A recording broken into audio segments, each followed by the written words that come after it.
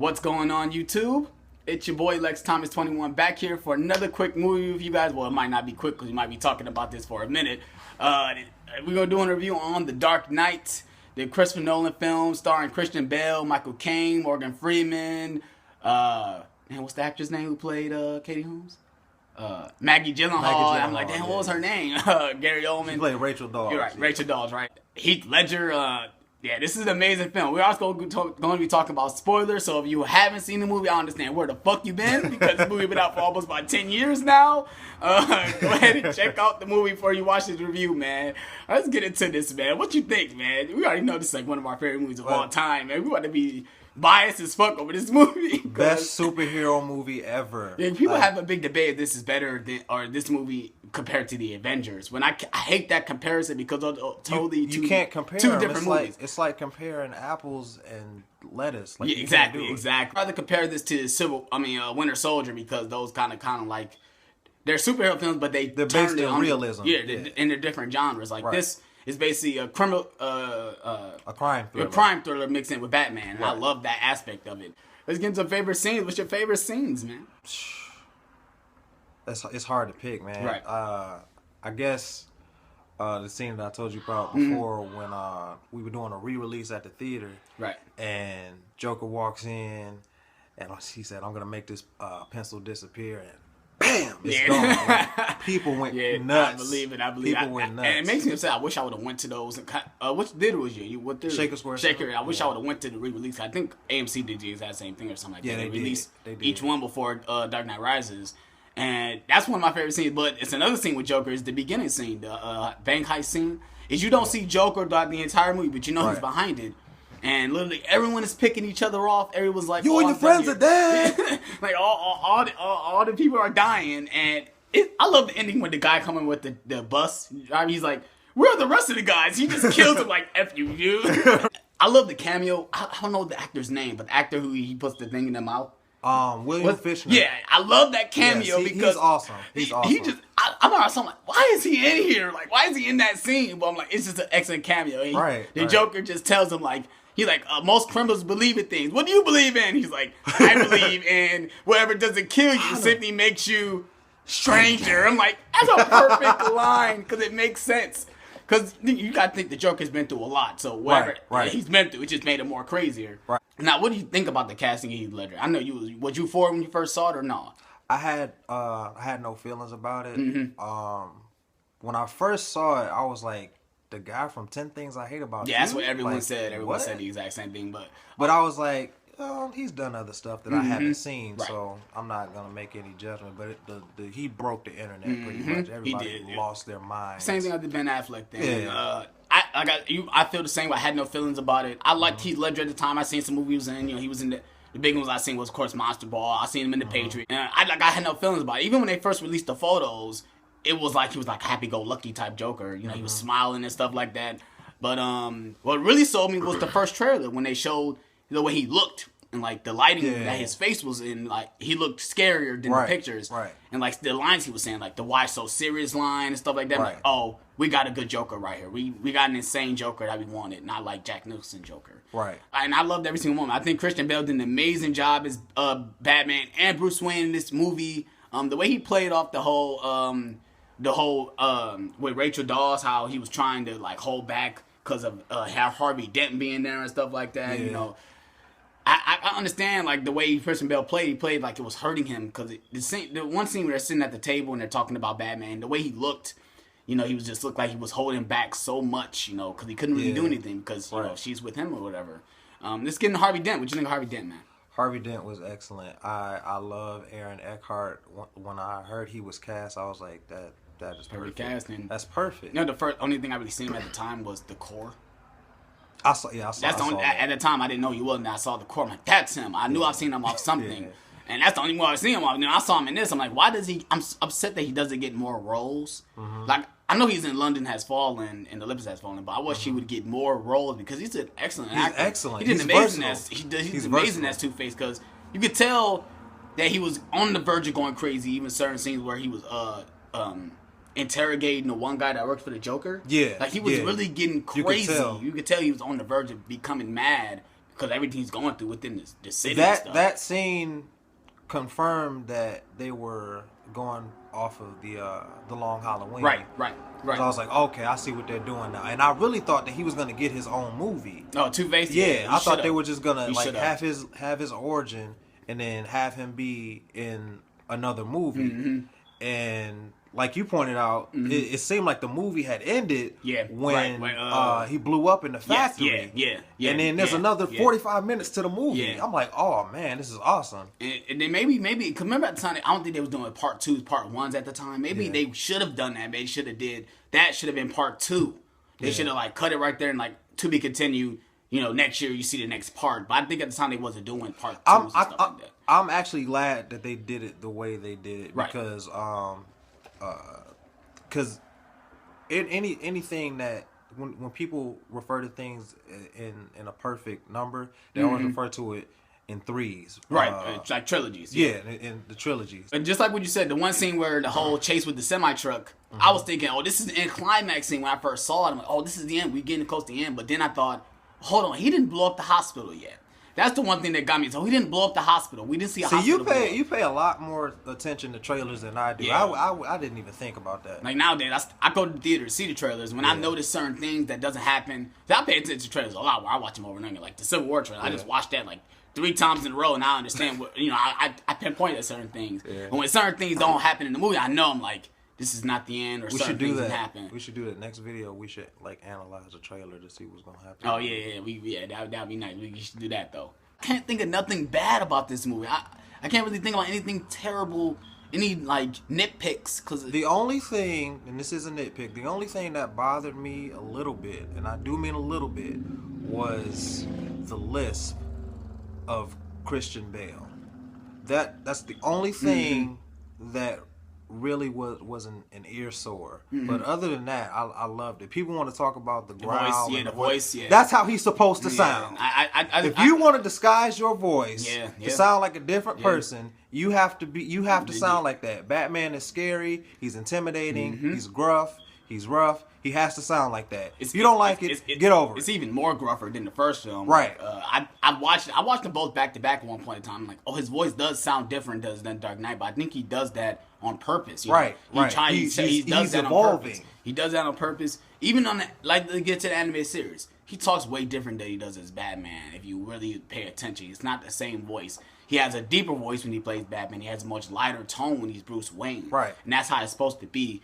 I never had a problem with the voice. I love mimicking the voice. It's just it's hilarious fun. And it's fun at the exact same time. I wish people would just accept it. I just wish people would accept it. Like I said, I go with that last line when he says the Joker. He's like, this city is full of people ready to believe in good. Like, I just look at that, like, that scene right there, it's just hilarious. Man. That line is so hilarious. That's the one I always say, dude, because the way his voice is so gruff and I love it. I ain't got no problem with the voice, man. I love the voice. I love it. Let's get into some of the side characters. Like, let's get into Alfred. We got Morgan Freeman as Lucius Fox. Maggie Gyllenhaal was Morgan Freeman can do no wrong. Morgan Freeman can stand there and sing row, row, row your boat. Yeah, true. And he'll be excellent. And I don't think he was really interested in these films. I think he just really was there just to, he was collecting a check. Yeah, I think he came in interviews and he said he doesn't really mostly read scripts. He gets handed to him, he just take it.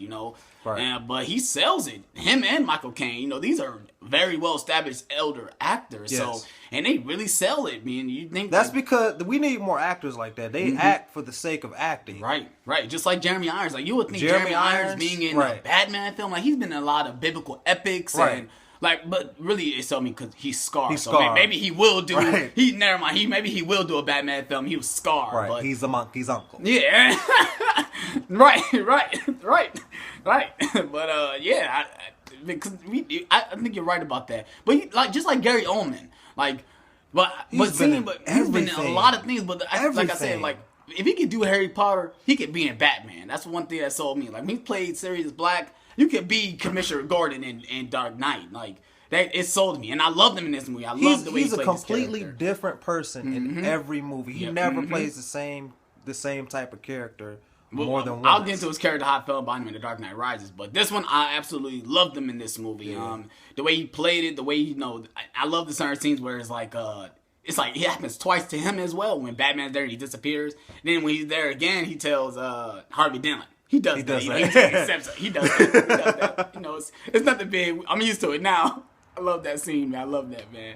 Let's get to the scene where he infiltrates Hong Kong and gets yes. When he gets the accountant for the mob boss. I forget his name. Mr. Lau. Mr. Yeah, Lau. Mr. Lau. A lot of people have the man in the TV. Yeah, right. A man that Joker calls the the squealer. He's gonna find him. I love that scene because one, it doesn't take place in Gotham. He's infiltrating, getting someone from another place. It makes Gotham seem more real. It makes it seem like it's really happening. Like, right. And a lot of people, like we said earlier, said in this trilogy alone that he doesn't do a lot of detective work. Going to another country to get someone who is hard to get because they have all this security, like that's detective work. That is, he had hella security in that building. He was able to get in there, take him, and everything. Right. And I love the scene, especially when he has a plane that literally ejects him out from the building and get him back to Gotham. That's something Batman does. I feel like he does that in the animated series. I think he's done that a couple times in the animated series, and I love that. I love that scene. I love that as well. That scene is shot in IMAX. You definitely tell if you watch the Blu-ray. It's shot in IMAX and it's shot in amazing. The whole movie is shot amazing. Christopher Nolan knows how to shoot a film in any film. Like I just recently watched Inception, and that movie is amazing. And his cinematographer, Wally Pfister, he's excellent. I love the way he shoots. They are a great team. He gets some amazing shots. I mean, that's one of my inspirations for. He gets some amazing shots for real. I think that's it. Is there anything else you want? Anything else you want to talk about? The scene where he's examining the bullet inside the brick. Right. That's detective work. I don't know what movie you guys were watching saying that it's not detective work. I love that scene too. That is detective work. You see the one detective get upset because Batman tells him like, I need to examine the room for you guys contaminated. And he knew exactly what he meant because you know how people could touch stuff and they might touch or something. Like imagine if somebody would have been there and examined that bullet hole. He would not be able to do the work he needed to do to get the right things he needed. Right. Like he was able to get a fingerprint from a bullet that wasn't even there. A broken bullet that wasn't even there. That wasn't even there. Like that's detective work. But that's not detective work. I love that. I want to get into some of the scenes with Joker where he was on the TV and stuff like that. That was brilliant. That took me back to my childhood. That made me feel like the animated series because he did a lot of that stuff where he didn't do the crazy like TV shows and stuff like that. Yeah, Joker TV. He did the most of the news stuff and all that stuff. I loved it where he like captured the guy who was playing as Batman. Yeah, like look at me. That stuff was just amazing. I won't lie. That scared the hell out of me. It did. When I saw it the first time, I was like, oh, okay. I might want to look at it. It was surround sound. Hell yeah, that shit was scary. I believe it was scary. Hell yeah. I love those scenes as well.